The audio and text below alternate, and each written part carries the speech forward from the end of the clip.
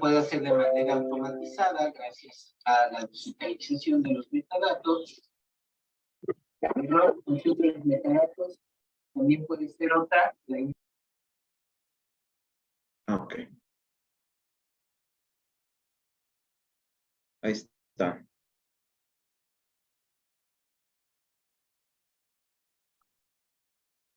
Bueno, entonces sí puedo iniciar ya. Por favor, tiene hasta 20 minutos. Perfecto.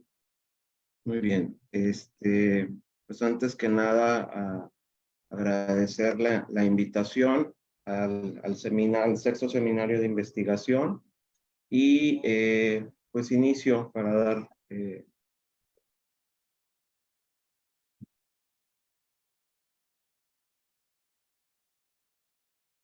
muy bien. El tema que un servidor voy a presentar es el análisis comparado de las políticas públicas de China, México en el sector automotriz. Como es bien sabido, el sector automotriz es uno de los sectores que ha sido de gran relevancia en la economía a nivel mundial, en países tanto como de China, Corea del Sur y México. El inicio de la producción de los autos chinos, por ejemplo, Jack, la renegociación del Tratado de Libre Comercio en el caso de México, Canadá, Estados Unidos, y otro evento importante que de alguna manera también afectó al sector automotriz en México, pues fue la cancelación en la administración de Donald Trump de la planta de Ford en San Luis Potosí. Todos estos eventos y algunos otros, en el caso muy específico del estado de Nuevo León, la iniciación de la planta de Kia en el estado de Nuevo León, son algunos de los ejemplos que tenemos lo que es la relación con la producción de vehículos.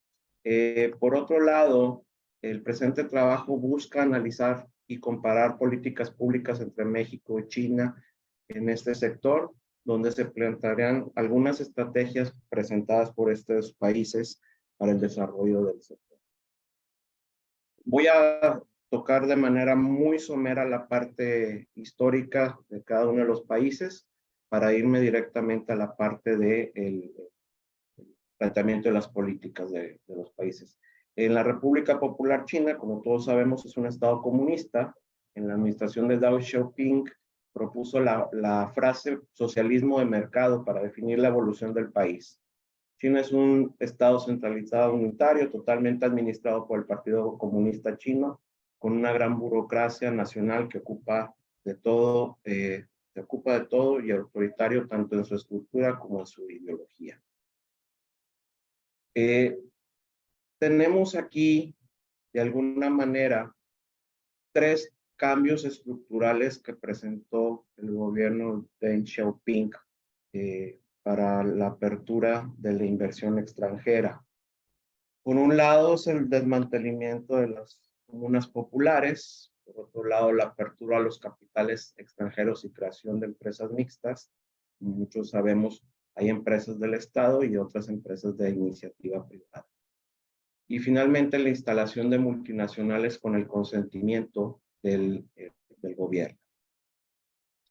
Las políticas y retos y esfuerzos por parte de la iniciativa privada y el gobierno en sus diferentes instancias deben comprenderse en el marco de los programas quinquenales y de largo plazo que realiza el gobierno. Esto quiere decir que cada 5 años revisan las políticas industriales implementadas para impulsar el desarrollo del Estado para determinados o para determinar un nuevo plan. En un estudio realizado por la OMC, cada 2 años, esta organización realiza estudios en el tema del libre comercio. Y en estas evaluaciones, China dice que su objetivo global es la política comercial, es acelerar la apertura de su economía al mundo, introducir tecnología, que esto lo vamos a explicar más adelante a través de las joint ventures que realiza con empresas multinacionales, desarrollar el comercio exterior que sea también beneficioso para sus interlocutores, y en ese contexto se ha centrado más la apertura de sus sectores al servicio público. Por otro lado, dentro del modelo que se implementó en China, para su apertura comercial, es lo referente a la inversión extranjera, lo que comentábamos ahorita. Fue por medio de las joint ventures, a través de las asociaciones, en el cual se establece una inversión compartida de 50% por parte de la compañía china y por otro lado por las empresas transnacionales que de alguna manera buscan invertir en el país. Otro de los puntos que se debe cumplir o que debería cumplir las transnacionales, debería aportar la tecnología y el know-how de la empresa. Esto de alguna manera forza a estas empresas transnacionales a compartir tecnología que de alguna manera esta es aprovechada por las empresas chinas. Por otra parte, a partir del año 2000, el número de investigadores en China ha crecido en un 10% anual. Esto de alguna manera es importante tanto para las compañías como el país y la academia de manera general. China aplicó con esta política que China aplicó, las grandes compañías multinacionales ha contribuido al crecimiento acelerado de la investigación y desarrollo. En el caso de México, en la época de la Guerra Fría tenía una política comercial cerrada, como ya lo sabemos, en los años 80. Sin embargo, a raíz de la caída de la Unión Soviética, marcaba una nueva tendencia en el sistema internacional. Por lo tanto, México debería cambiar su postura hacia un libre comercio. A partir del gobierno del presidente de la Madrid, en México se realizaron cambios necesarios, mas no fueron lo suficientes para direccionar al país a una nueva tendencia al sistema internacional. Fue, y como todos ya lo sabemos, es a partir de la administración de Carlos Salinas de Gortari, en donde se consolidó la entrada de México al comercio internacional a través de la suscripción del Tratado de Libre Comercio, ahora el TEMEC, ¿no? Dando énfasis en permitir que el mercado se convirtiera en el mecanismo en el cual se asignarán recursos productivos y se definirá la magnitud del rumbo de crecimiento económico del país.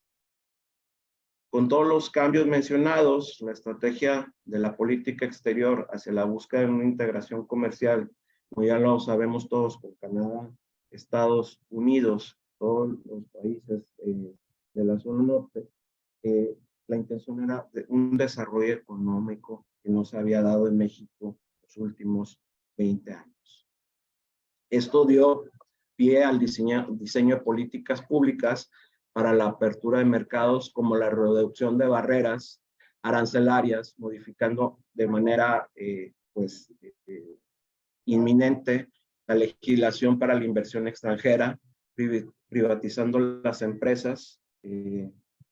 De alguna manera recuerdan que hubo la privatización también de los bancos en México, y de esta manera México buscaba posicionarse como uno de los países más atractivos para la inversión y el comercio internacional. Es a través de la firma de Tratado de Libre Comercio que dio inicio a esta gran estrategia a manera de poder estabilizar las relaciones comerciales con otras regiones del mundo. Cabe mencionar que fue el Tratado de Libre Comercio la punta de lanza para que México posteriormente se convirtiera en uno de los países con un mayor número de tratados internacionales suscritos con otros países. Por otro lado, la industria automotriz, tanto para México como para China, es uno de los principales ejes económicos y tecnológicos. Ambos países se caracterizan por ser líderes mundiales de la producción de autos. La mayor producción de autos de México es para exportación, mientras que para China se ha convertido en uno de los mayores consumistas de autos en el mercado interno. Según los datos de Chinese Automotive Industry, en China hay 70 fabricantes de automóviles, registrados. Como mencionamos anteriormente, la joint venture es la única manera en la que las multinacionales extranjeras pueden ingresar al país. Ya lo mencionamos en repetidas ocasiones, el gobierno solamente permite un 50% de la inversión, y estas de alguna manera se van estableciendo, se van instalando en zonas económicas especiales. Aquí quiero presentarles una una correlación que existe entre las joint venture entre empresas chinas con empresas de otros países. ¿Sí? Y ustedes ya ven marcas de empresas, tanto chinas, perdón, como norteamericanas, alemanas y estadounidenses. Por otro lado, se menciona que son 3 las más grandes compañías chinas como SAC, FAO y DFM, las cuales tienen más tiempo en el mercado y estas de alguna manera son empresas que ha apoyado el gobierno de manera importante, el gobierno chino. Por otro lado, existen las empresas de tipo privado que tienen menor tiempo en el mercado, como son Geely, BID y Great Wall. El gobierno ha hecho o establecido políticas para incentivar el desarrollo del sector automotriz en el gobierno chino y alguna de estas formas es a través de bajar las tasas de interés, los subsidios y exenciones de impuestos. La siguiente diapositiva es otra relación que existe entre las empresas y las joint venture elaboradas o establecidas entre las empresas chinas y de otros países, tanto en automóviles de pasajeros, tanto grandes como chicos. Estos no los voy a mencionar por cuestiones de tiempo, pero sí quiero que puedan observar de qué manera están trabajando de manera colaborativa estas empresas con las empresas chinas. Muy bien. A diferencia de otros países, en China el objetivo del sector automotriz es penetrar en el mercado nacional, como igualmente ya lo mencionamos, principalmente los automóviles de pasajeros, ya que gracias al crecimiento de la propiedad privada se ha convertido en un mercado meta de estas empresas. Sin embargo, algunas empresas chinas también están haciendo grandes esfuerzos para exportar al extranjero.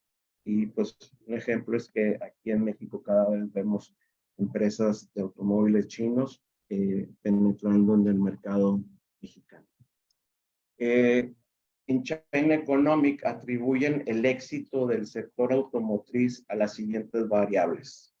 La participación del Estado en el desarrollo automotor a través de políticas públicas estructurales y de ajustes como son el ahorro interno e inversión en empresas y capacitación, la creación de infraestructura, dotación de materias primas, programas industriales y automotrices del sistema de coinversión, etc. Creo que sí se ve la presentación, perdón, porque la perdí yo por acá.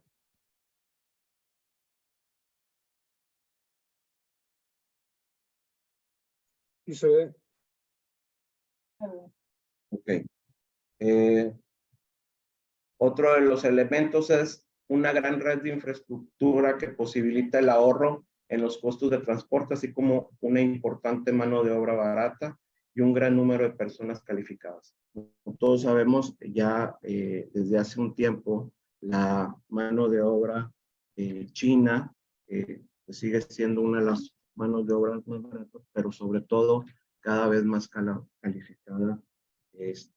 Y esto les ha permitido ser país competitivo en ese rubro. Finalmente, un incremento en el poder de compra de algunos sectores de la población china, principalmente en zonas urbanas. Y la capacidad que han tenido las empresas chinas en aprovechar ventajas que han llevado las compañías automotrices extranjeras al mercado chino, como son los grandes montos de inversión directa, recursos humanos, tecnología, sistemas de manufactura y administración avanzada. El modelo político chino, en donde existe una supremacía de un partido único, no necesariamente significa burocracia y obstrucción, al menos no desde la perspectiva china. Muy al contrario, se puede destacar su papel como el elemento de cohesión, planeación y ejecución de distintos proyectos encaminados al desarrollo de estrategias para el desarrollo del país. Entonces, el país se convierte como un aliado más, o el gobierno se convierte en un aliado más, no necesariamente dentro de un papel burocrático o de obstrucción hacia las inversiones. Volviendo a México, rápidamente con el inicio del Tratado de Libre Comercio se regularon las legislaciones y se dio comienzo a esta ejecución de políticas públicas para implementar con éxito este tratado. Estas acciones se realizaron con la finalidad de integrar con éxito las negociaciones en el sector automotriz y lograr una unificación del bloque en materia de comercio global. Fue bajo la normativa del Telecán que se establecieron las reglas que impulsaron un proceso regional al eliminar una gran cantidad de barreras legales y arancelarias.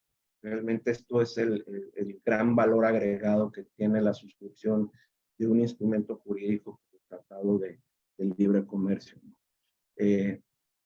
Ya que estas establecían límites a los esquemas de producción compartida, al comercio intrafirma y a la operación de las OEMs y OES en el país.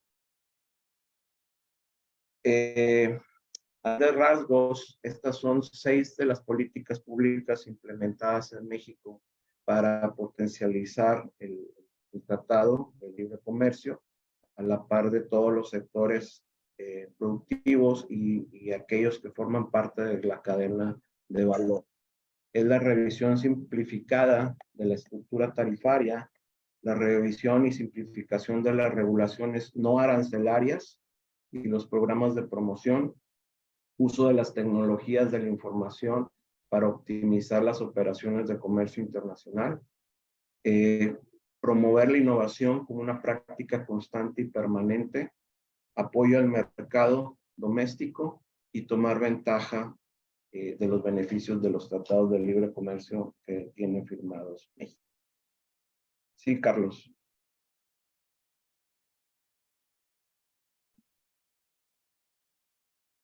Le quedan 3 minutos. Sí, gracias. Voy cerrando. Está establecido en el preámbulo del Telecán que los participantes fortalezcan la competitividad de sus empresas en los mercados mundiales, alentando la innovación y la creatividad, así como fomentar el comercio de bienes y servicios que están protegidos a través de los derechos de la propiedad intelectual. En el plano mesopolítico se dirige a fortalecer la industria para erigir con rapidez núcleos industriales y localizaciones industriales eficientes que ejerzan poder e irradiación sobre las áreas de desarrollo. Rápidamente determino estos 3 niveles. La concentración de mesopolíticas de clústeres industriales con potencial de desarrollo a nivel de clústeres, nuevamente al desarrollo de un entorno eficiente para los mismos. Esto en un contexto propicio a la innovación instrumental capaz de promover los best performers o picking the winners. Desarrollar la infraestructura física, muy importante, tanto de puertos, redes ferroviarias, carreteras, telecomunicaciones, sistemas de abastecimiento, residuos, energía, agua, infraestructura y materiales, transformación de sistemas educativos adecuados a los clústeres o a las necesidades de estas empresas. La creciente importancia que revisten los factores estructurales espaciales para la competitividad de las empresas hace necesario aplicar políticas descentralizadoras y reconsiderar las atribuciones de las instancias políticas nacionales, regionales y locales. Se torna decisivo extender la atribución de los márgenes de financiamiento a las administraciones regionales y comunales. Y sería todo. Muchas gracias. Creo que terminamos en tiempo. Muchas gracias, efectivamente. Agradecemos su participación y sobre todo seguirse a tiempo. Bueno, enseguida vamos a escuchar la ponencia China y la asianización de la industria automotriz en México, a cargo del doctor José Luis León Manríquez de la UAM Xochimilco. Igualmente, cuando falten 3 minutos, voy a levantar la mano. Adelante, doctor, por favor. Gracias, estimado colega. Bueno, ahorita intenté compartir pantalla y no podía, pero creo que ya podré.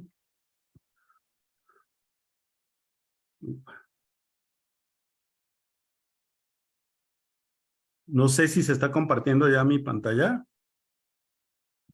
Todavía no, ¿No? no.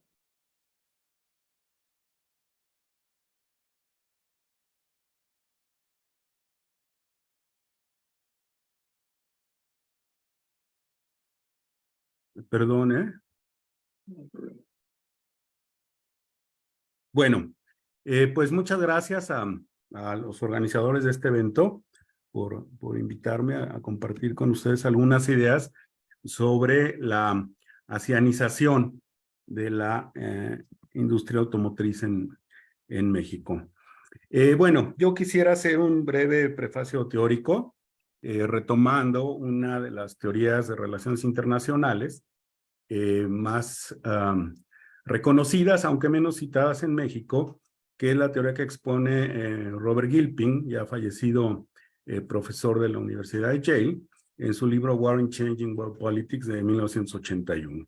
Y yo creo que aplica mucho cuando estamos hablando de estos temas, de la convergencia tecnológica y de las disputas entre distintos poderes. Ya lo vamos a aterrizar al sector automotriz, pero bueno, Gilpin habla de cómo después de un equilibrio que se logra en el sistema internacional, comienza a haber una serie de factores que eventualmente van generando un nuevo momento de desequilibrio. Gilpin demuestra de manera muy persuasiva en su texto que la base del poderío mundial básicamente tiene que ver con la tecnología. La tecnología es la base del poder económico. Luego dice Gilpin, el poder económico crece, compra poder político, compra poder militar y comienza a cambiarse la distribución del poder en el sistema internacional. Gilpin, como tantos otros teóricos, asigna un papel muy importante a la economía y señala que lo que él llama potencias de segundo orden, es decir, aquellas que no son el hegemón, van imitando las tecnologías líderes, las van produciendo más barato, y llega un momento en que como imitar, digamos, es más fácil que inventar, estas potencias comienzan a emparejarse, eso se refleja en el crecimiento de su poderío económico y después en su poderío político, y ahí hay dos escenarios, ¿no? Una guerra sistémica entre estados, no, se refiere no solo a guerra económica, sino también la posibilidad de un conflicto militar, que es esta, o a un proceso de negociación entre las grandes potencias que lleve a aceptar el nuevo orden internacional, pero de manera concertada. Bueno, ¿qué tiene que ver todo esto con el tema que yo voy a abordar? Yo creo que tiene que ver mucho porque la industria automotriz sigue siendo una fuente de acumulación muy importante en el sistema económico internacional. En gran medida lo fue desde la invención de la máquina de combustión interna y el auge, la expansión del automóvil individual a principios del siglo XX, pero aún hoy sigue siendo una industria poderosa. Es el primer lugar en la industria manufacturera mundial en términos de tamaño de mercado, representa el 3% del Producto Interno Bruto del mundial también, y en 2022 obtuvo 2.9 billones de dólares, trillones en inglés, trillion, produciendo 60 millones de automotores al año y 4,000 empleos directos. Como todos sabemos, la pandemia afectó severamente muchas actividades económicas, entre otras la producción de automóviles. Aquí vemos que ya venía ocurriendo un proceso en el 19, pero se agiliza en 2020-21, tiene un repunte en 22, pero se espera que en muy poco tiempo, la producción de automóviles alcance los niveles que tuvo en 2018. ¿Quiénes son quienes producen estos automóviles? Pues en los años, el liderazgo en la producción de automóviles ha ido variando, ¿cierto?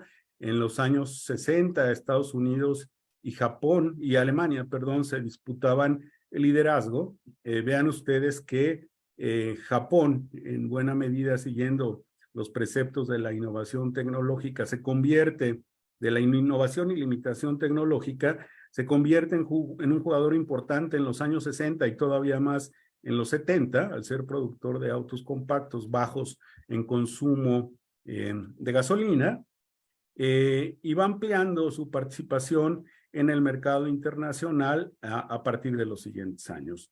Y una gran tendencia, más bien en la producción de autos, no en el mercado internacional, en los siguientes años, y vemos una tendencia correlativa hacia una caída de la producción en Estados Unidos. Pero acá el otro gran factor que hay que analizar es la emergencia de China como productor de automóviles a partir del año 2000, de tal forma que actualmente alrededor de 27 o 28 millones de automóviles son producidos en China. De automóviles lo refiero en un sentido amplio, de automotores, y la producción total es de 60 millones. Es decir, China acapara casi el 50% de la producción de autos.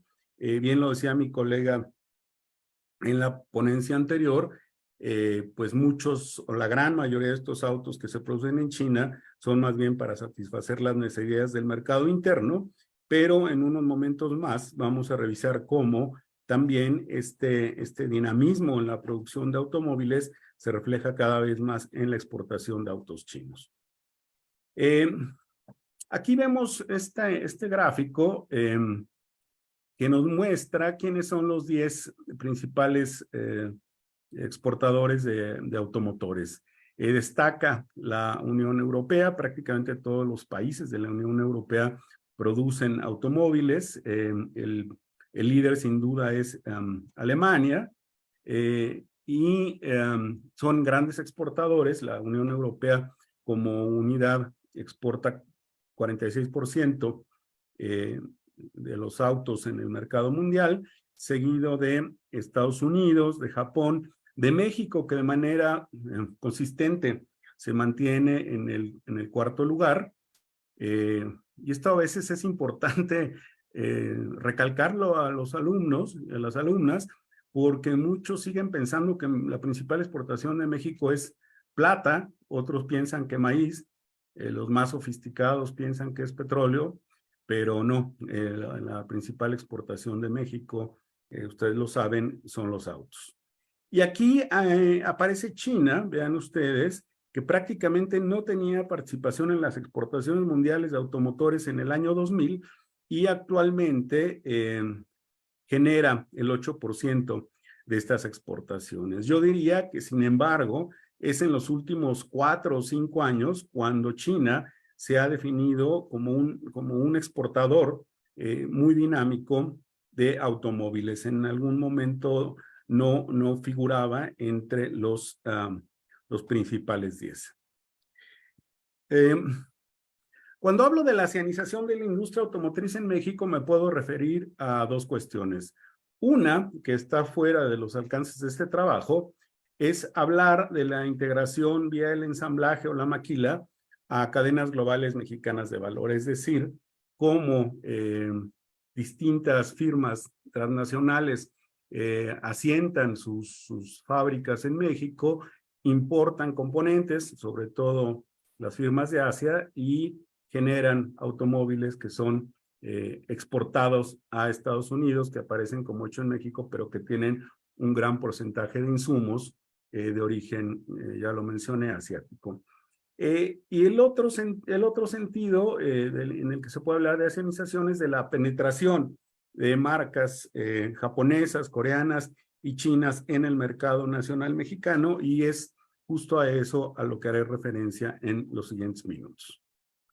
Bueno, es muy interesante observar que aproximadamente ya de cajón 60% del mercado mexicano, de las ventas de automotores en el mercado mexicano, pertenecen a firmas asiáticas, ¿no? Está la Nissan, que es pues una vieja conocida de todos nosotros, pero en los últimos años también hizo un pie importante Honda, Toyota, Kia, ¿no? Cuya entrada a México es relativamente reciente, y Hyundai, que por cierto pertenece al mismo conglomerado de Kia. Si ustedes hacen un recorrido por la Ciudad de México, podrán ver que muchas tiendas y muchos talleres de mantenimiento, muchas concesionarias que antes vendían automóviles estadounidenses, han cerrado, sobre todo la Ford, que prácticamente ha desaparecido del mercado mexicano, y muchas veces en su lugar se han abierto concesionarias de autos asiáticos. Comparen ustedes, digamos, simplemente al salir a una calle, cuántos autos digamos, de origen estadounidense hay en México contra los que hay de origen asiático, y pues esta evidencia visual se apoya y se soporta en datos como los que hay aquí. Ford para 2018 ya solo tenía 5.2% del mercado. FCA México, que es Fiat Chrysler, que ahora se llama Stellantis, el 6.4%, y General Motors el 15.3%. Entonces, parecería que la pujante presencia de los automotores asiáticos en el mercado mexicano, pues está desplazando rápidamente a los Estados Unidos. Pero si ven ustedes esta gráfica, que es para enero-junio de 2018, de la Asociación Mexicana de la Industria Automotriz, no incluye ninguna empresa china. Y para el agosto de 2023, en esta gráfica que publicó recientemente el periódico El Economista, las proporciones de mercado de Nissan, de General Motors permanecen relativamente igual, la de Volkswagen ha disminuido, la de Kia sigue aumentando, aunque de manera más discreta que en los últimos 5 o 6 años. Toyota se consolida, Chrysler sigue en zonas de 6%, en fin, pero la gran novedad aquí es MG Motor, que de toda esta lista es la principal empresa china que vende autos en México, ¿no? MG originalmente era una empresa británica muy de nicho, la famosa Morris o Morris Garage, que fue comprada hace 16 años por SAIC, que es, bueno, ya lo comentaba mi colega, una de las 30 marcas propias o por ahí de fabricación de automóviles china. Esto es muy interesante contrastarlo, porque si comparamos con América Latina, pues no tenemos ninguna marca local que yo conozca, ¿no? Lo cual, en el mejor de los casos, como Brasil y México, nos hace países ensambladores. Pero SAIC, que es la líder de exportación de las firmas chinas, es una empresa estatal, igual que lo es Chery, igual que lo es Changan, igual que lo es Dongfeng, igual que lo es Geely, o sea, igual que es Great Wall Motors. Esto a veces se nos olvida, que las grandes empresas chinas, no solo en la industria automotriz, sino también, por ejemplo, en la construcción de ferrocarriles o las petroleras, son empresas estatales. Habría justo que preguntarnos por qué estas empresas estatales logran ser eficientes y logran participar en el mercado mundial, pero también habrá entonces que recordar que cuando hablamos de una firma automotriz china, no estamos hablando exactamente del financiamiento y de la estructura que puede tener una firma occidental en el mercado automotriz. Se decía hace un momento que a China se le puede calificar como socialismo de mercado, o otra posibilidad sería un capitalismo de Estado, ¿no? Creo que ahí hay material para la discusión. Bueno, estas firmas ya juntan alrededor de 3 millones de automóviles exportados cada año, y como decía yo, el fenómeno de la penetración de ellas en el mercado mundial es algo que se va a notar cada vez más, que ya se comienza a notar en México. Y aquí, en un estudio que recientemente publicó Standard & Poor's, y con cifras de las aduanas chinas, vemos que en la exportación, en la cada vez más dinámica exportación de automotores chinos, México es el principal mercado mundial.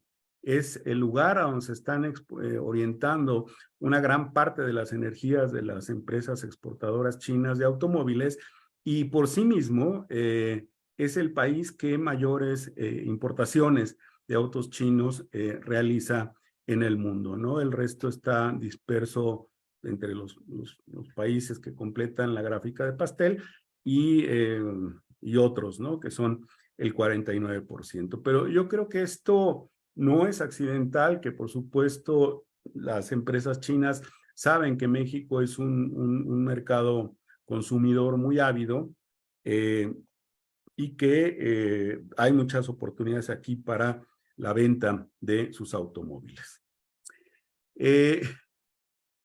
Bueno, las empresas chinas, ya para ir concluyendo, tenían el 2.8 del mercado de automotores mexicanos en 2021, pero vean cómo brincan en solo un año a 8.8 en 2022 y a 9.8% en 2023. Es un avance verdaderamente notable. Las marcas chinas con más presencia en México son MG, que ya lo mencioné, es una filial de la SAIC, Jack, Chery y Chang'an. Bueno, ya hablaba del MG. Y bueno, SAIC MG, por ejemplo, está logrando una gran penetración en el mercado mexicano, pero su forma de exportación es una forma muy tecnologizada. Tiene un barco que se llama, o barcos, una flotilla de barcos que se llama Nanji Phoenix, que son nada menos que estos monstruos que no necesitan tripulación y que pueden contener hasta 1,000 autos cada barco sin necesidad de contenedores. Es decir, hay una gran eficiencia en llenar estos barcos. Lo hacen choferes especializados muy rápido, que llenan el auto en China, y otros tantos que lo descargan sobre todo en el puerto mexicano de Mazatlán. Se dice fácil, pero imagínense la escala de un barco que pueda transportar 1,000 autos, ¿no? Los transportes terrestres que vemos, las madrinas que le llaman, pues creo que son como de 20 autos, y los vemos grandes, y bueno, normalmente son estorbosos en ciudades como la Ciudad de México, pero 1,000 autos es una escala muy grande. Y en esa medida, en esa misma medida de esta masividad, es que se están vendiendo estos automóviles en México.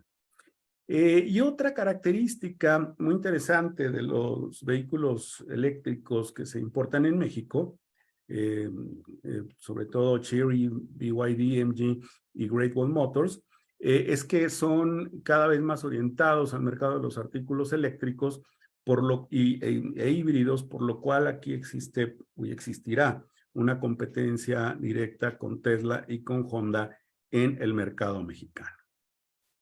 Bueno, quisiera hacer unas breves conclusiones. Primero, el hecho de que la La industria automotriz sigue siendo uno de los motores de la economía mundial, pero es un área en donde se expresa claramente la convergencia tecnológica de la que hablaba Gilpin entre las potencias de segundo orden y Estados Unidos. La segunda es que una creciente proporción del mercado internacional de automotores, incluyendo México, pero también excediéndolo, está siendo ocupada por productores y por exportadores asiáticos. En el caso de México, ya lo mencionaba, las empresas japonesas y coreanas han desplazado gradualmente la primacía de las europeas y estadounidenses.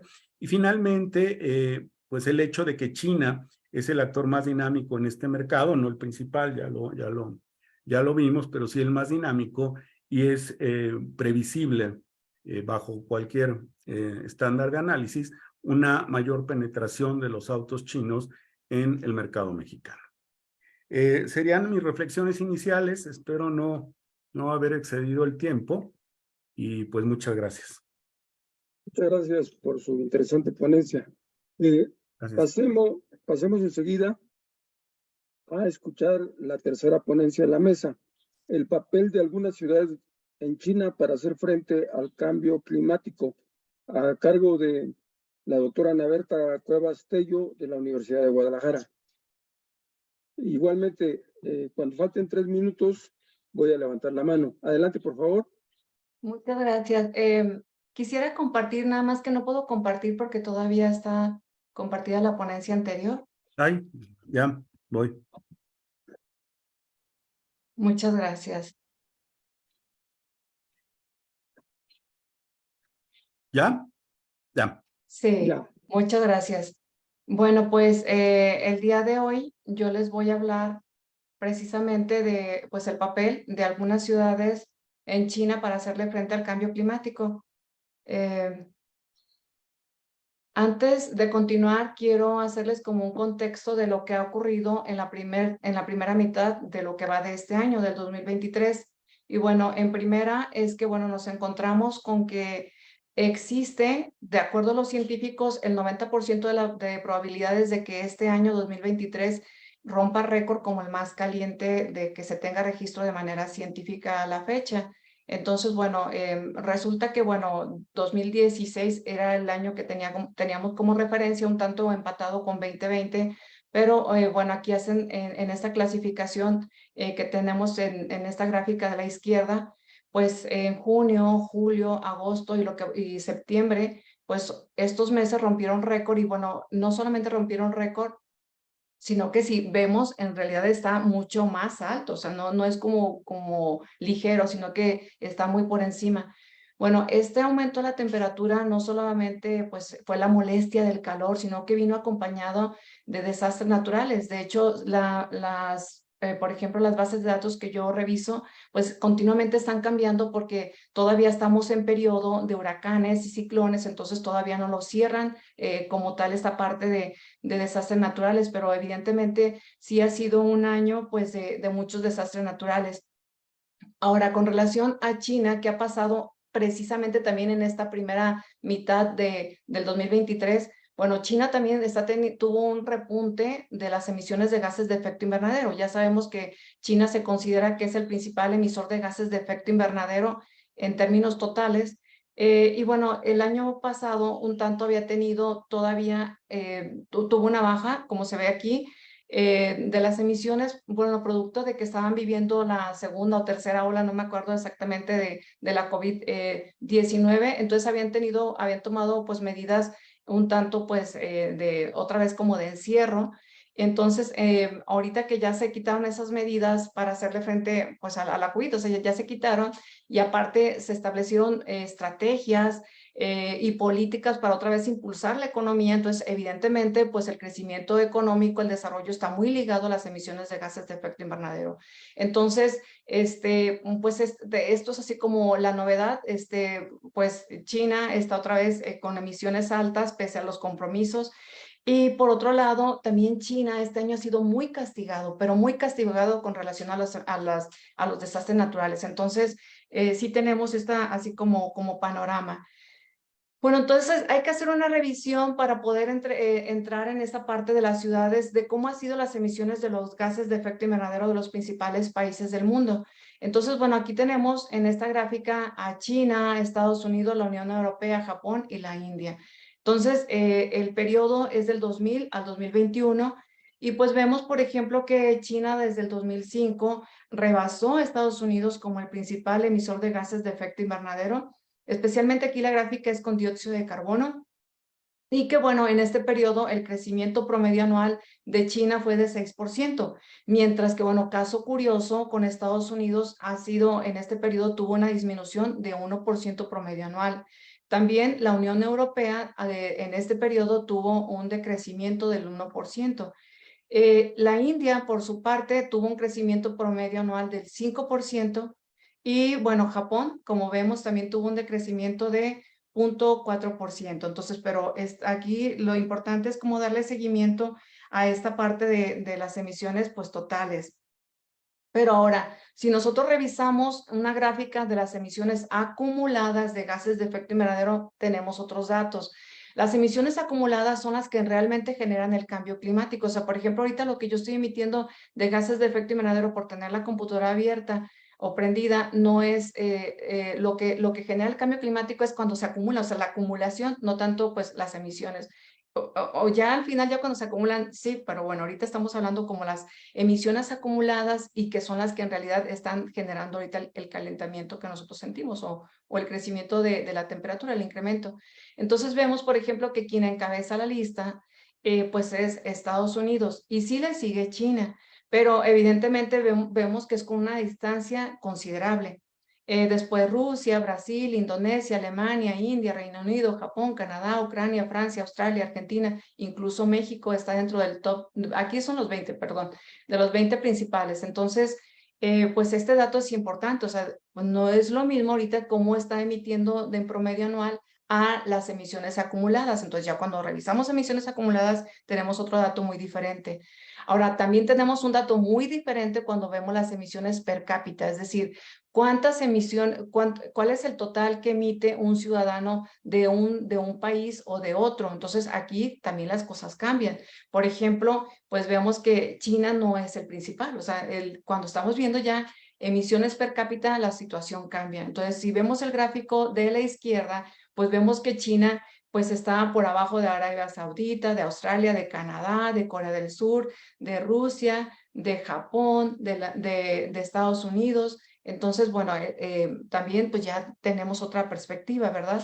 Pero si nos vamos al gráfico de aquí, de la que tenemos aquí en la derecha, también es un punto muy, muy importante porque también aquí son per cápita, pero lo estamos viendo en un periodo, aquí era el 2020 y aquí es en el periodo del 2000 al 2021. Entonces vemos cómo desde a partir del 2020 China rebasa en emisiones per cápita a los países desarrollados, es decir, sumando cada uno de los países desarrollados y generando un promedio, entonces vemos que China, bueno, pues ya los está rebasando. Entonces, este punto sí es como muy, muy interesante de seguir. Ahora, si nosotros vemos, por ejemplo, el top 10 de los principales emisores de gases de efecto invernadero, aquí no pude conseguir otro dato más que el de 2019, es como el más alto, pero ya me empieza a introducir en las ciudades, porque, por ejemplo, aquí tenemos, pues China, que ya habíamos visto ese dato, ya habíamos visto Estados Unidos, ya habíamos visto la India, Rusia, Japón, pero aquí en realidad ya ingresan ciudades. Entonces, este punto es muy, muy importante. O sea, ya nosotros si queremos hacerle frente al cambio climático, necesitamos de los compromisos, sí es cierto, de los gobiernos nacionales, pero también de los gobiernos locales. Esta parte de la importancia, del papel fundamental que van a tener o que están teniendo los gobiernos locales. Entonces aquí tenemos pues 4 ciudades chinas, o sea, como que están a la par de muchas naciones como principales emisores de gases de efecto invernadero. Entonces, Shandong, Hebei, la verdad es que no sé si los estoy pronunciando bien, Jinsu y Mongolia. Entonces, también aquí esto es como un dato muy interesante. Bueno, pues no obstante de esto de estos datos o de estos cifras que tenemos con relación a China y las emisiones de gases de efecto invernadero, y también es importante decir que China es un país muy vulnerable en cuanto a los desastres naturales. Entonces, evidentemente, el gobierno chino está interesado, o sea, está interesado en esta parte, no solamente de hacer compromisos internacionales, sino que también de tomar acciones nacionales, interiores, domésticas, porque es muy vulnerable con relación a estos desastres naturales que se están incrementando con el cambio climático. Entonces, ¿qué es lo que está haciendo China como respuesta a frenar estas emisiones, pese a que está teniendo tasas de crecimiento? Bueno, primero, pues es el principal inversor en energía renovable. Es el país que tiene la mayor capacidad en energía eólica y solar.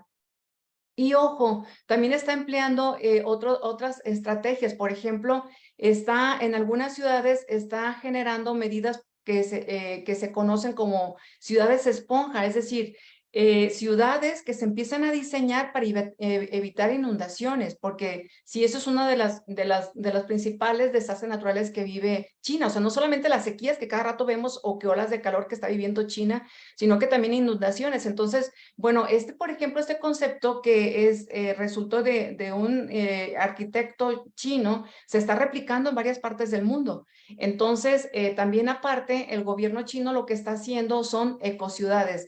Es decir, en las ecociudades se utilizan menos recursos, se reduce la emisión del carbono al utilizar menos recursos, por supuesto, y se aprovecha la energía renovable, donde se tiene alta proporción. Por ejemplo, también se están generando edificios verdes.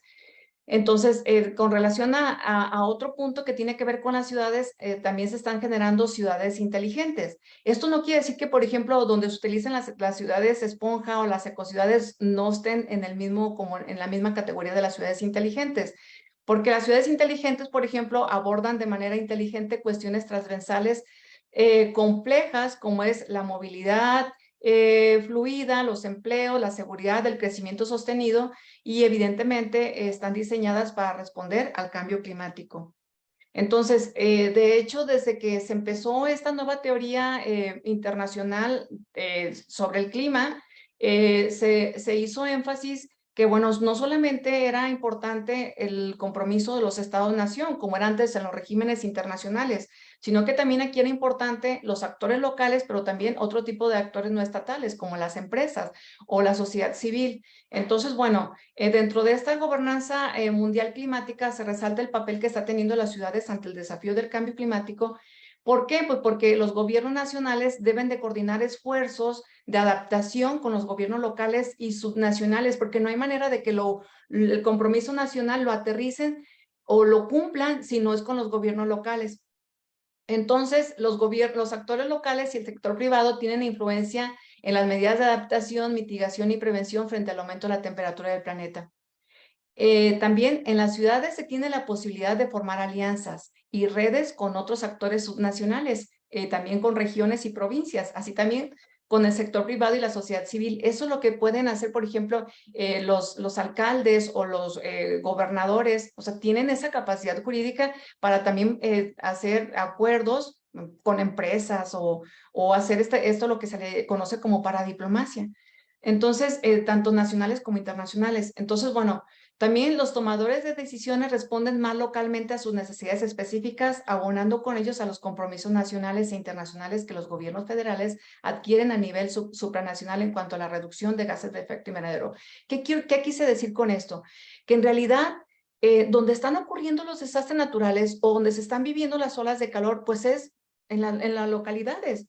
O sea, en las ciudades, en las playas, o sea, es donde se está viviendo como más de cerca esta parte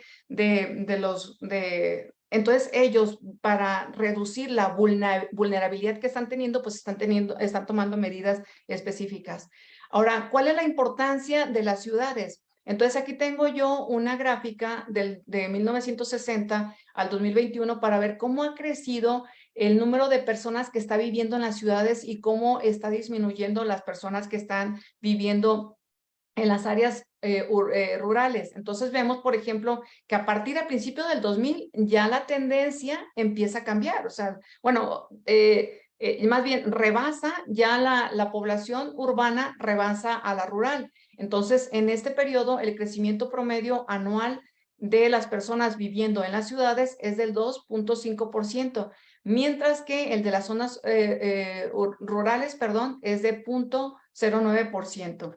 Ahora, datos importantes sobre las ciudades. Bueno, tenemos, por ejemplo, que el 56.5% de la población vive en ciudades, es decir, 4.400 millones de personas viven en las ciudades, pero nada más, en realidad esas ciudades ocupan el 2% del territorio global. Pero, ojo, ¿por qué son importantes? Porque en las ciudades se genera el 70% del Producto Interno Bruto, también el 70% promedio más o menos de los gases de efecto invernadero y utilizan dos terceras partes de la energía mundial.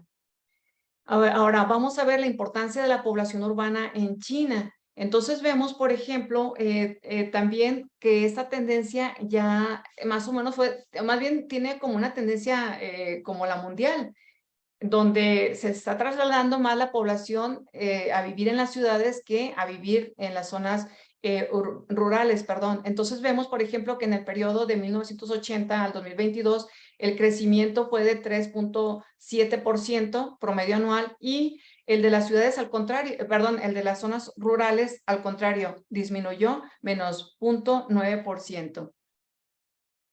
Entonces, aquí también en esta lámina, pues quise presentarles que ya también las ciudades en China están actuando como actores internacionales.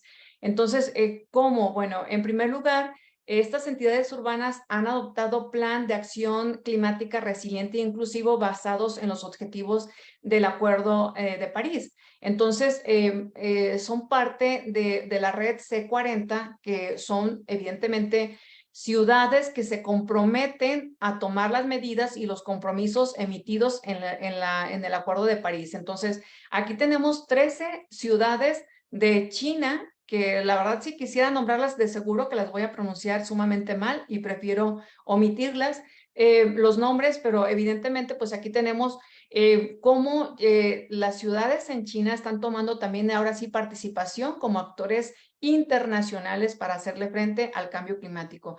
Y bueno, tan son importantes las acciones que tomen estas ciudades porque en su conjunto, aquí en estas ciudades viven 152.9 millones de habitantes en la suma de esas tres ciudades y están generando compromisos de mitigación, de adaptación y de prevención contra lo que genera el cambio climático.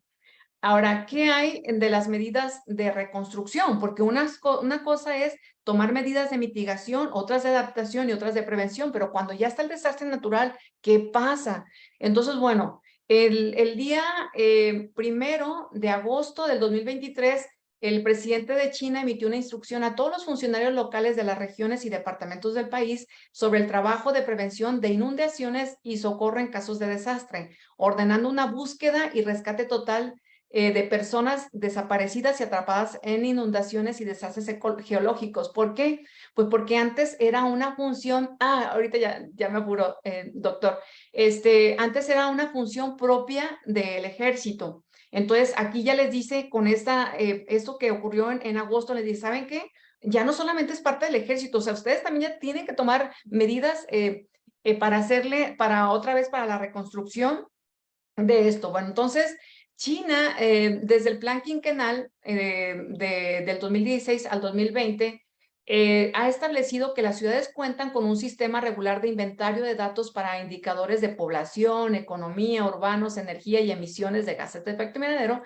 que cubren los aspectos de adaptación y mitigación al cambio climático. Por ejemplo, Beijing planea metodológicamente reducir los gases de efecto invernadero después del 2022, fomentando la eficiencia energética de los edificios y el uso de energía renovable.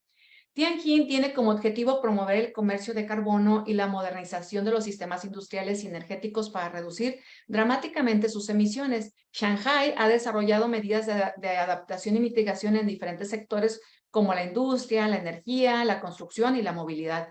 Y Guangzhou y Shenzhen se centran en mejorar la adaptación al clima en materia de agua, cultivo, mantenimiento de los sistemas naturales y al mismo tiempo que avanza hacia las tecnologías bajas en carbono. Conclusiones. El cambio climático se ha convertido en el principal desafío del siglo XXI. Las ciudades son actores locales, pero tienen impacto global. En el tema del cambio climático, estas localidades son importantes porque utilizan la mayor cantidad de recursos de energía, especialmente de combustibles fósiles, que son los que generan las emisiones de gases de efecto invernadero, y otros residuos, por ejemplo, basura, y que en la acumulación o no, o cuando se hace mal manejo de los residuos, también generan gases de efecto invernadero, y evidentemente se sufren las consecuencias de los desastres naturales. En China, desde la civilización ecológica y reforzada con el 13 Plan Quinquenal, las ciudades están comprometidas a realizar medidas de mitigación, adaptación y prevención. Son diversas las ciudades de China que han establecido medidas de ciudades esponja, ecociudades y ciudades inteligentes. Los esfuerzos del gobierno central de China frente al cambio climático, a partir de este siglo, del siglo XXI, no pueden entenderse sin el gobierno o la participación de los gobiernos locales. Pues muchas gracias por su atención. Muchas gracias. Bueno, pasamos a la última ponencia a cargo del doctor Juan José Ramírez Bonilla. La ponencia se titula Xi Jinping, los contextos económico y sanitario de su reelección. Adelante, doctor. Sí, me han deshabilitado la compartición de la pantalla. Pedimos al apoyo técnico que por favor. Ya está. Sí, mi presentación tiene como origen el discurso pronunciado por Xi Jinping durante la realización del Congreso Nacional del Partido Comunista de China en octubre del año pasado. Y una cosa que me parecía digna de tomar en cuenta es el hecho de que la pandemia en ese momento era considerada solamente en 4 referencias dentro del discurso de Xi Jinping, y esto es de llamar la atención no solamente por el hecho de que solo 4 menciones fueron hechas cuando China era el principal foco y origen de la pandemia. Y además, junto con estas solo 4 menciones, el discurso de Xi Jinping fue particularmente grandilocuente en cuanto a los logros alcanzados por China en el pasado reciente y sobre todo en las promesas sobre el futuro de China. Y mi intención en todo caso era ver hasta qué punto eran válidas estas menciones escuetas sobre la pandemia y hasta qué punto las condiciones en China son propicias para continuar haciendo promesas sobre un futuro económico asegurado para China. En cuanto a la pandemia, una de las cosas que es uno de los temas que he venido trabajando desde que nos encerraron en 2020. Y en el caso de China, una de las cosas con las que me he encontrado es que el gobierno de China ha llevado a cabo una doble contabilidad de la pandemia. Hasta inicios de enero de 2023, de este año, la contabilidad indicaba que China había sido uno de los países más exitosos en contener en controlar los contagios, vaya.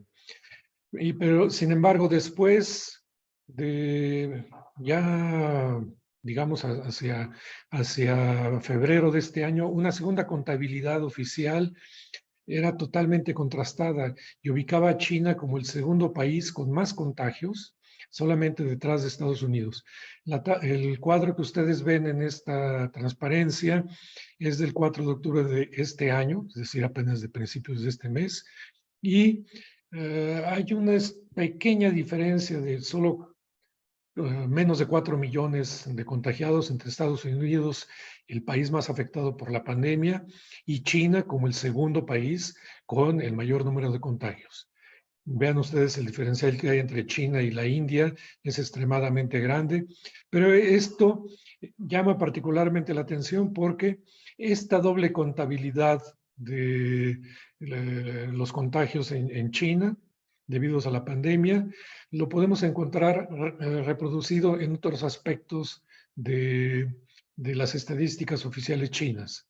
Particularmente lo he comprobado ahora con los récords de la inversión extranjera directa, que veremos más adelante. En todo caso, uno de los aspectos que me interesa destacar es el hecho de que la pandemia en China puede ser analizada dividiendo el periodo que va desde el inicio de la pandemia hacia finales de 2019 hasta el momento en que suspenden la política de cero COVID en dos grandes periodos. El primero va desde el inicio de la pandemia hasta finales de julio de 2021 y el segundo a partir de agosto de 2021 cuando empezó a ser puesta en práctica la política cero COVID, hasta cuando dejaron de aplicarla. El punto que me interesa destacar es que a través de estas gráficas que les voy a presentar, me propongo ver las marcadas diferencias que hay en los registros de las dos contabilidades de contagios utilizadas por los chinos. Durante el primer periodo, cuando no existían vacunas y antes de que se pusiera en práctica la política cero COVID, el diferencial es relativamente pequeño y podríamos considerar que más o menos hay coincidencias entre las dos contabilidades. Sin embargo, cuando pasamos a la política cero COVID, nos encontramos con grandes diferencias. Ustedes pueden ver en la contabilidad hacia la baja de los contagios, hacia el registro bajo de los contagios, está expresada en la línea azul en la gráfica de esta transparencia, mientras que la segunda contabilidad, donde los contagios son mucho más altos, están expresados en las líneas, con la línea roja-naranja. Y aquí nos encontramos que desde el inicio de la política cero COVID hubo dificultades para controlar la pandemia. Y por lo tanto, esto mueve siempre a pensar el hecho de que la pandemia los registros de la pandemia fueron de alguna manera utilizados para fortalecer la posición política de los dirigentes de China mediante el manejo de la pandemia y facilitar, llegado el momento del Congreso Nacional, su reelección en los puestos de mando del Partido Comunista. No voy a ir en más detalles. Lo que me interesa aquí es destacar las condiciones sanitarias en las cuales se desarrolló el Congreso Nacional del Partido Comunista Chino. Las barras azules otra vez nos vuelven a indicar la baja contabilidad, mientras que la curva naranja nos indica la alta contabilización de los contagios. Y vean ustedes las escalas en las cuales se miden las barras azules, está del lado derecho. El registro oficial nos indicaba que al inicio del Congreso había apenas cerca de 1,000 contagios diarios, mientras que el alto registro nos indicaba que los contagios diarios en el inicio del Congreso eran 45,000 y el resto de los días del Congreso Nacional, los contagios estuvieron oscilando, según el primer registro, entre 900 y menos de 1,000 contagios diarios, mientras que por el otro lado, la contabilidad alta nos indicaba que andaban entre 35,000 y 45,000 contagios diarios. Escenarios sanitarios completamente diferentes. Posteriormente, después ya pasado el Congreso, las contabilidades son completamente diferentes. Hay sí una coincidencia en la escala para el periodo posterior, pero el registro a la baja nos indica un incremento progresivo marcado por las líneas, la curva azul en la gráfica del lado izquierdo, mientras que la contabilidad superior nos indica un decremento continuo de los contagios después de el Congreso Nacional.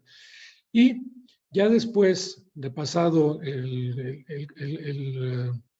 Congreso y cuando estaban las protestas sociales en contra de la política cero COVID y los encierros que esto implicaba, las curvas de contagio son completamente diferentes, mientras que la contabilidad indicada por las barras azules nos indica una disminución desde un máximo de 16,000 contagios hasta cerca de 2,000 diarios o incluso días en los cuales no hubo registros. La contabilidad expresada por la curva naranja nos indicaba que había habido hasta cerca de 8 millones diarios en los momentos más álgidos hacia el 12 de diciembre de 2022. Y esto obviamente es de llamar la atención porque aparentemente las autoridades sanitarias chinas, lejos de poder lograr controlar la difusión de los contagios mediante una política sanitaria que quería reducir en extremo los mismos, fue un fracaso total. Y esto, a fin de cuentas, es uno de los aspectos que me parece que fue utilizado para garantizar que en el Congreso Nacional hubiese condiciones para una reelección de la dirigencia del Partido Comunista Chino. El segundo tema tiene que ver con el contexto económico, como les decía, y sobre todo porque me parece importante señalar que es muy difícil que en las condiciones actuales el gobierno chino pueda seguir manteniendo un ritmo de crecimiento análogo al que registraron en el pasado y que puedan realizarse progresos análogos en materia de salarios, de distribución del ingreso, de cambio económico, qué sé yo. Y por lo tanto, me interesa destacar algunos de los principales indicadores. Por ejemplo, en esa primera transparencia, me interesa ver cómo se comportaba el Producto Interno Bruto de China a lo largo del periodo 2001-2020, según me tengo aquí entendido. Y lo que podemos ver es que a partir de 2009, la tasa de crecimiento real, es decir, en precios constantes de 2015, la tasa de crecimiento real del Producto Interno Bruto chino ha disminuido constantemente e incluso en 2020-2021 ha llegado a su nivel más bajo en el periodo. La curva naranja nos indica el índice de apertura económica. Básicamente es el porcentaje que representan el comercio total, es decir, exportaciones más importaciones, como porcentaje del Producto Interno Bruto. Y lo que vemos es que también hay una tendencia general a que el índice de apertura comercial de China tienda a disminuir, sobre todo después del primer mandato de Xi Jinping. Y esto, otra vez, nos indica de manera general las dificultades por las cuales atraviesa la economía china. Obviamente, para el caso de China, uno de los aspectos más importantes que debemos de tener en cuenta para evaluar su desempeño económico es la inversión productiva. Y de esta inversión productiva me interesa destacar el papel que ha tenido la inversión extranjera directa entrante en China y para ver cómo ha evolucionado a lo largo de lo que llevamos del siglo XXI. Y lo que podemos ver en esta gráfica, permítanme, déjenme ver porque me estorba la vista que tengo aquí. Lo que podemos ver es que la inversión extranjera directa se ha incrementado continuamente a lo largo de todo el siglo XXI. E incluso tenemos un incremento relativamente importante entre 2020 y 2021. Pero uno de los aspectos que me interesa destacar en esto es cómo se han producido estos cambios en el origen de la inversión directa, sobre todo porque lo que podemos ver en esta gráfica es que a lo largo del tiempo, cuando menos desde 2003, cuando Hu Jintao empezó su primer mandato, hasta finales del primer mandato de Xi Jinping, la inversión extranjera directa en términos promedio anual disminuyó progresivamente. Y en cambio, después, durante el segundo mandato de Xi Jinping, ha vuelto a sufrir una expansión considerable hasta el 9.01% en término promedio anual. ¿Ah? Y esto creo yo que habría que ser explicado en términos del origen de la inversión extranjera directa. Para ahorrarnos tiempo no voy a detenerme en esta gráfica, la cual simplemente nos explica cómo está distribuida la inversión extranjera directa presente hasta 2021 en China. Y como ven ustedes, uno de los aspectos más importantes es que Hong Kong prácticamente concentra el 60% de la inversión directa, acumulada durante 2001-2020-2021. Más interesante me parece este cuadro, en la medida en que, permítanme, déjenme volver sobre mis notas. ¿Siguen viendo la pantalla, perdón? ¿No? Sí, Sí, sí se ve el cuadro. Se ve el cuadro, ok. Entonces, permítanme, déjenme buscar mis comentarios sobre este cuadro. Acá está. Este cuadro contiene la inversión directa por principales países, por principal origen geográfico, y uno de los aspectos importantes es el crecimiento continuo que ha tenido la inversión extranjera en China continental, como suelen hacer los chinos, ¿no? Sin tener en cuenta las regiones especiales. Por eso Hong Kong es contada como no parte del territorio continental y como parte del origen de la inversión extranjera directa. Y lo que podemos ver en este cuadro es que Hong Kong ha pasado en el 2000 de aportar un 38% de la inversión extranjera directa invertida en el continente hasta un 75-76% de la inversión extranjera directa. Es decir, China ha dejado de ser, desde hace un rato, un importador de inversión extranjera directa fuera del país para convertirse en altamente dependiente de las inversiones directas provenientes de China, de Hong Kong, perdón. Y esto quiere decir entonces que ahora China depende más que en el pasado de recursos financieros propios y cada vez menos de recursos financieros provenientes de otros países. El segundo aspecto que me interesa destacar de este cuadro es que las Islas Vírgenes, las Islas Caimán y otros paraísos fiscales también han contribuido de manera importante a la inversión extranjera directa. Ya hace un rato analistas han demostrado que los recursos provenientes de estos paraísos fiscales son de hecho recursos financieros controlados por agentes económicos chinos. Y por lo tanto podríamos considerar que todos estos recursos provenientes de Hong Kong y de los paraísos fiscales son recursos chinos, y durante 2021 el cambio ha sido drástico. Los recursos propios han pasado del 50.17% al 81.74%. Es decir, China prácticamente ha dejado de utilizar en un grado mínimo la inversión extranjera directa.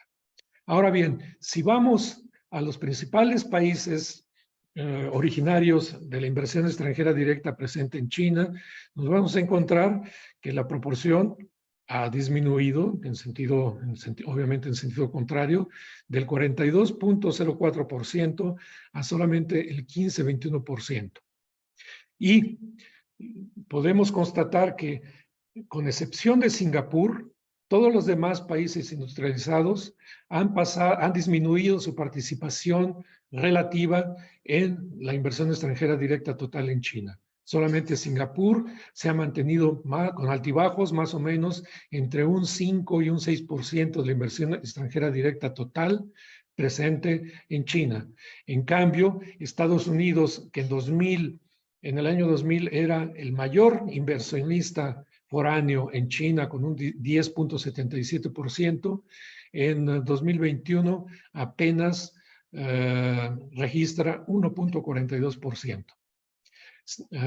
Taiwán, que fue el principal país exportador de recursos foráneos a China en el inicio de la modernización, de la apertura económica de China, a finales del periodo solamente aporta el 0.54% de la inversión extranjera directa.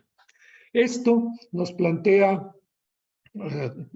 algunos temas importantes sobre los cuales vale la pena reflexionar, porque ya en el pasado hemos visto que la Unión Soviética fue de alguna manera sacada de la competencia con Estados Unidos a través de gastos que fueron al final insostenibles para la misma Unión Soviética. La carrera espacial, el proyecto nuclear, y la invasión de Afganistán fueron elementos que sangraron las finanzas de la Unión Soviética y que de alguna manera contribuyeron a su desfonde. El caso de China y los problemas que enfrenta ahora con la inversión extranjera directa parecerían apuntar también en ese sentido, porque en la medida en que, como indicaban los exponentes anteriores, estamos en presencia de un socialismo de Estado o un capitalismo de Estado, el Estado de alguna manera tiene ahora una responsabilidad extremadamente grande y, por supuesto, tiene ventajas, pero también ahora tiene la gran desventaja de hacerse cargo de la inversión productiva para seguir sosteniendo el crecimiento.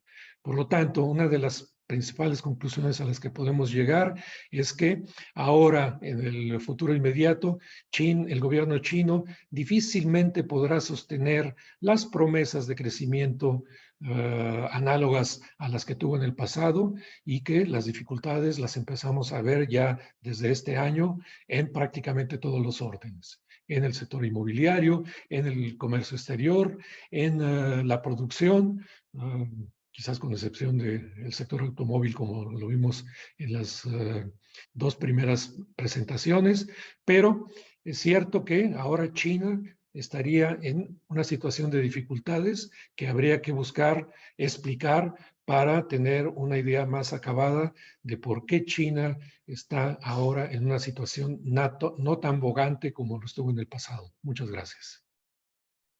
Muchas gracias. Una ponencia muy interesante. Tenemos poco más de 16 minutos para preguntas, respuestas.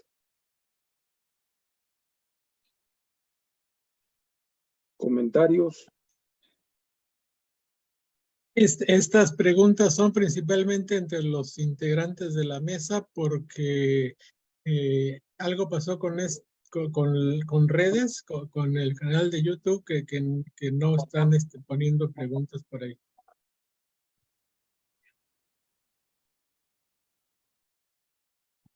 Entonces, pues, mientras se animan, doctora Ana Berta, ¿cómo ve la política, el objetivo de China de la neutralidad del carbono hacia el 2050? Pues es positiva, por supuesto, digo, siendo el principal emisor, nada más que pues 2050 se ve todavía muy lejano. Y bueno, yo siempre he dicho que China sí está haciendo esfuerzos, evidentemente, sí, eh, eh, medidas, estrategias, en ciudades. Sin embargo, pues no son lo suficientes, o sea, no son medidas suficientes pues para el tamaño que tiene de economía, todavía, bueno, ahorita estaban hablando de que, bueno, ya no es posible el mismo crecimiento económico que había estado teniendo y que las promesas de seguir creciendo, pues a lo mejor ya no van a ser factibles. Y es que está muy ligado el crecimiento económico con las emisiones de gases de efecto invernadero. Y eso que China es el principal país inversor en este tipo de energía renovable. Pero digo, es que no es suficiente aún porque aparte sí todavía recurren mucho al carbón y además pues China es un gran inversor en otras partes del mundo y bueno, también se contabiliza esta parte de las emisiones extraterritorio. Entonces, pues ojalá, porque aparte tiene como pico de emisiones el 2030, o sea, dice que, bueno, su pico de emisiones va a ser en 2030 y ya después va a ir en bajada. Entonces, pues, ojalá, la verdad es que se necesita, pues ya vimos, o sea, antes se presumía mucho, me acuerdo todavía las conferencias que daba en el 2015, decía, bueno, pues no, en términos per cápita, pues vean, está sumamente bajo, pero ya ahorita está creciendo incluso el término per cápita. Entonces, sí, o sea, es un gigante China, entonces lo que haga o deje de hacer en relación a evitar las emisiones de gases de efecto invernadero repercuten mundialmente. Ramírez.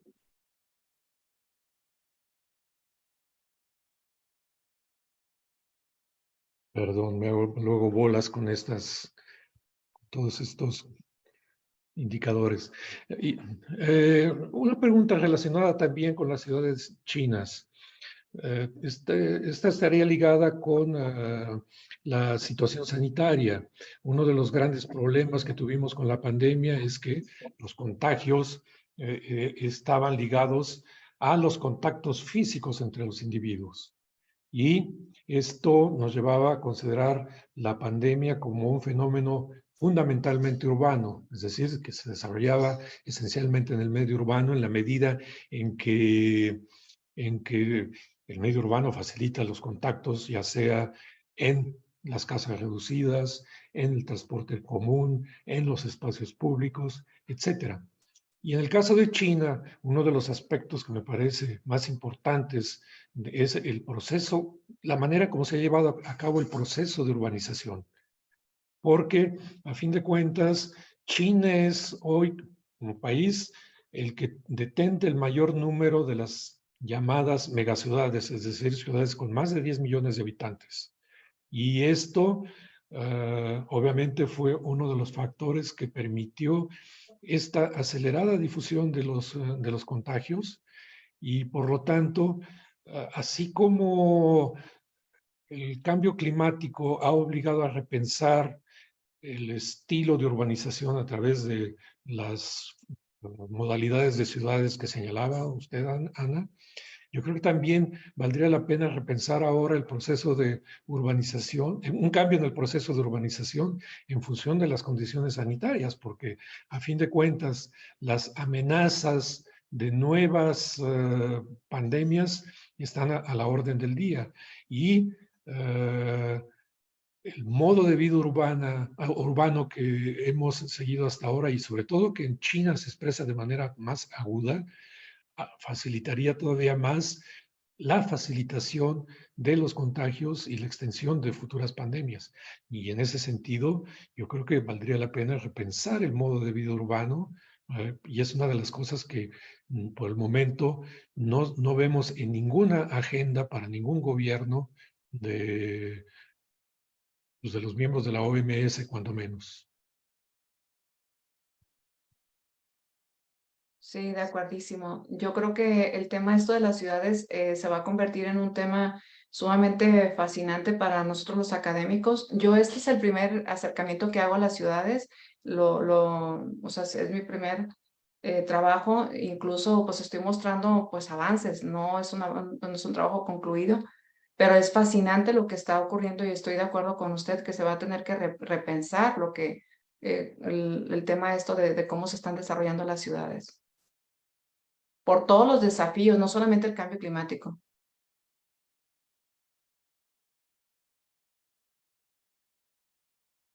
Bueno, si ya no hay más preguntas, comentarios, pues concluiríamos esta mesa. José Luis León. Sí, dos comentarios. Efectivamente, China está haciendo un gran esfuerzo por partir de las energías fósiles, pero todavía tiene un largo camino para recorrer y no sé qué tan factible sea que sea una economía ya despetrolizada o descarbonizada para 2050. De los datos que yo revisaba para preparar mi ponencia, 24 millones de autos al año se quedan en China, de los cuales 30% son eléctricos. Es una gran cantidad, hay que decirlo, y efectivamente ahí hay esfuerzos chinos por reducir las emisiones de gases invernadero, pero dada la escala, 24 millones de autos, 16 millones de autos de combustión interna que permanecen en China cada año, pues habría que sacar las cuentas a ver si se puede llegar a una meta tan noble, ¿no? De repente creo que los análisis internacionales son muy optimistas y dan por finalizada la era del petróleo, pero yo creo que pues todavía esta era está vivita y coleando, y peor aún la del carbón, ¿no? Y no es problema nada más de China, lo que pasa es que por sus escalas, pues es algo muy significativo. Y respecto a la última parte de la discusión de Juan José, efectivamente yo creo que es muy difícil pedirle a China, una economía de ese tamaño, que se mantenga con tasas de crecimiento de 10 o del 7 o del 6% por 60 años. Eso es imposible, ¿no? Sobre todo partiendo de que es una economía muy grande. Realmente lo interesante es cómo una economía de ese tamaño se mantuvo creciendo tanto tiempo. Pero sí he leído últimamente algunos análisis que muestran que esta contracción o esta atonía económica, vamos a llamarle así, de la que hablaba Juan José, empieza a cobrar sus costos en términos políticos, ¿no? Hay muchos jóvenes sin empleo, se calcula que alrededor del 40% de la fuerza laboral entre los 18 y los 35 años está desempleada. En fin, y empiezan a aparecer algunas críticas a la gestión de Xi Jinping, ¿no? Sobre todo entre los jóvenes. Entonces parecería, como bien lo dice el doctor Ramírez Bonilla, que un poco el sistema político chino empieza a tener algunas dificultades para reproducirse en su versión de Xi Jinping, sin que esto quiera decir que va a haber una revuelta ciudadana pronto, en fin, pero hay indicios que muestran que esta disminución de la fuerza económica, que efectivamente en gran parte está dictada por la insuficiente, por las salidas de inversión extranjera directa, pues ya está teniendo impacto sobre el sistema político. Esos serían mis dos comentarios. Muy bien. Y Juan José, ¿qué encontraste en investigación ahora a mediados de año cuando había pues una expectativa de que precisamente se iba a dar el boom de contagios en China en junio y julio? Pues aparentemente no fue tan grande el número de contagios y sobre todo el hecho de que la población esté ahora vacunada, ha disminuido también los riesgos, no de contagios, sino sobre todo de muertes. Y yo creo que las lecciones aprendidas de la experiencia de noviembre, diciembre del año pasado por el gobierno chino les permitió corregir muchísimos de los errores de la política de vacunación y de la política sanitaria en general. Uno de los grandes problemas que me parece que estaba detrás de la política cero COVID es que los protocolos para contener y curar la COVID indicaban la posibilidad de utilizar la medicina tradicional china. Y esto les provocó una catástrofe terrible, porque a fin de cuentas la población con más edad fue la que recurrió a este tipo de medicina y negándose a vacunarse. De tal manera que cuando se vino la ola de contagios en noviembre, diciembre, el mayor número de muertes fue registrado entre la población de más edad, más de 60 años. Y conforme se incrementaba la edad, era mayor la tasa de mortalidad de los contagios. Y esto yo creo que lo aprendieron y tuvieron que, a marchas forzadas, apresurar la vacunación de la población con más edad, de manera tal de que sí, ya hacia mediados de año ya no hubo ni tal número de contagios, porque a fin de cuentas también la población ha entendido que tiene una responsabilidad en la difusión de los mismos y sobre todo abatieron de manera drástica la letalidad de los contagios. El número de muertes es extremadamente reducido. Y ahí es donde sí se ve la capacidad de movilización del Estado chino para poder enfrentar estos problemas sanitarios, cuando no se atraviesan intereses políticos.